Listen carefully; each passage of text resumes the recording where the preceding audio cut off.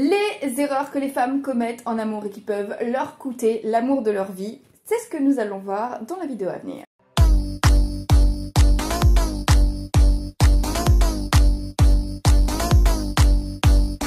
Salut mes bébés! J'espère que ça va. Alors j'enchaîne, comme d'habitude. Oui mon amour! Qu'est-ce que c'est? Ah ça y est, là, entendu un autre chien. Cache-moi ici!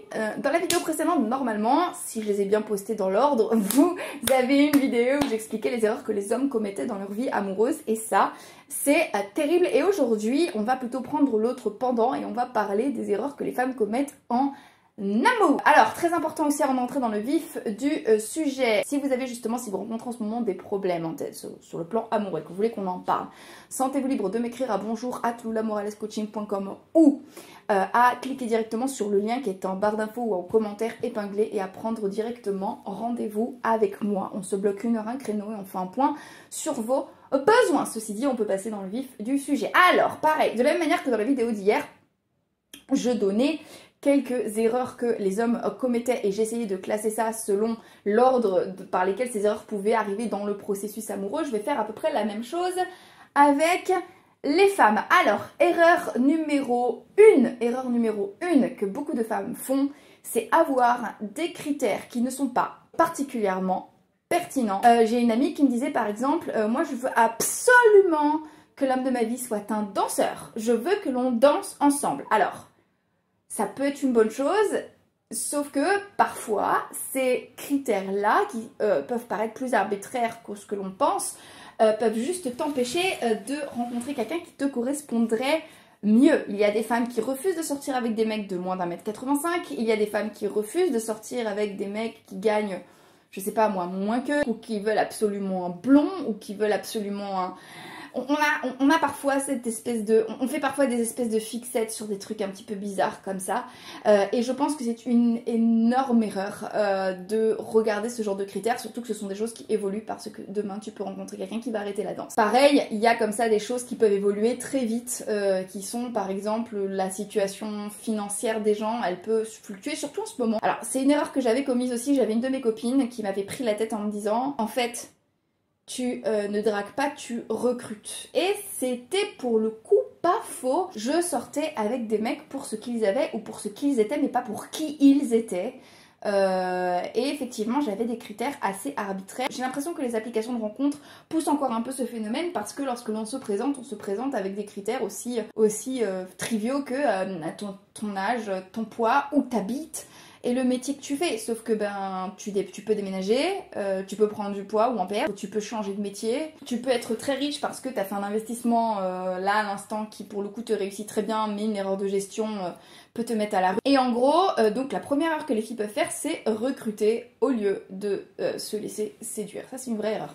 Erreur numéro 2 que les filles peuvent faire, c'est un petit peu une erreur équivalente que les hommes font, c'est se projeter avec un homme qu'elles ne connaissent pas et considérer les filles qu'elles draguent et qu'elles rencontrent comme on va dire, des représentants interchangeables ou des fonctionnaires interchangeables. En gros, certaines filles sont vraiment là pour recruter, encore une fois, le petit ami. Et donc, l'homme qu'elle va rencontrer n'est pas là ne va pas être avec lui parce qu'il est quelqu'un qui lui correspond, mais plutôt parce qu'il peut remplir une autre fonction qui est la fonction de petit ami. Je sais que c'est quelque chose que j'ai beaucoup entendu chez les hommes et je sais que c'est un reproche qui a beaucoup été fait de la part des hommes aux femmes où certains hommes peuvent avoir l'impression qu'ils sont interchangeables et qu'en gros ils sont exclusivement là pour remplir une fonction qui est la fonction de petit ami, mais que eux en eux-mêmes, leur personnalité, ce qui font vraiment qui ils sont et ce qui les rend uniques, au final, n'a pas autant d'importance que ça aux yeux de leur petite amie et ça peut les mettre très mal à l'aise.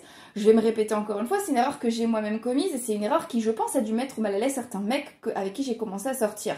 Je pense même que ça m'a coûté quelques relations qui auraient pu marcher. Mais du coup, voilà, en gros, si vous voulez vraiment quelqu'un, soyez précis sur ce que vous voulez, certes, mais assurez-vous d'abord que la personne que vous rencontrez possède bel et bien ses qualités et parfois cela peut prendre du temps. Alors, autre erreur qu'une fille peut faire... Ah oui, autre erreur que beaucoup de femmes peuvent faire, et je pense que ça a été mon cas aussi, c'est sortir avec un mec qui ne vous correspond pas, et à partir du moment où vous êtes en couple avec lui, vous essayez de le changer. Tous les individus sur cette terre vont à un moment ou à un autre avoir envie de passer va avoir envie de passer à la vitesse du dessus et va avoir envie d'évoluer. Seulement, et ça c'est quelque chose que j'ai appris avec ma relation actuelle, quelqu'un ne va vouloir évoluer que à partir du moment où il en voit le bénéfice, et sortir avec quelqu'un en espérant que cette personne change, c'est pas bon. Vous sortez avec un mec et vous dites je vais le relooker, je vais le mettre à la gym, je vais changer son alimentation, il va trouver du boulot, il va aller en thérapie, il va se ranger, il va arrêter de se taper tout ce qui bouge. Non, non. Si vous voulez changer votre mec, changez deux mecs. Et là, pour le coup, c'est ma relation actuelle qui m'a appris ça. Voilà. Erreur suivante que les filles peuvent commettre. Alors, oui, également. Alors, de la même manière que les hommes peuvent commettre l'erreur dont je parlais hier, qui est de confondre aimer quelqu'un et tomber amoureux de quelqu'un, une fille peut tout à fait, elle aussi, succomber au chant des sirènes de la nouveauté et voir si l'herbe n'est pas plus verte ailleurs pour se rendre compte bien déprimé que l'herbe en fait n'est pas plus verte. Une erreur fondamentale que beaucoup de femmes font, toutes les boulettes dont je vous parle là, j'ai dû les commettre à un moment ou à un autre de ma vie sentimentale, donc clairement je ne suis pas là pour juger qui que ce soit, c'est plus un compte rendu, hein, voilà, c'est de s'engager auprès d'un homme et d'absolument vouloir s'engager auprès d'un homme, non pas parce que c'est naturel et parce que c'est votre désir et parce que ça vous semble logique, mais plutôt parce que l'engagement d'un homme est perçu comme une fierté, un outil de valorisation sociale. Je m'explique.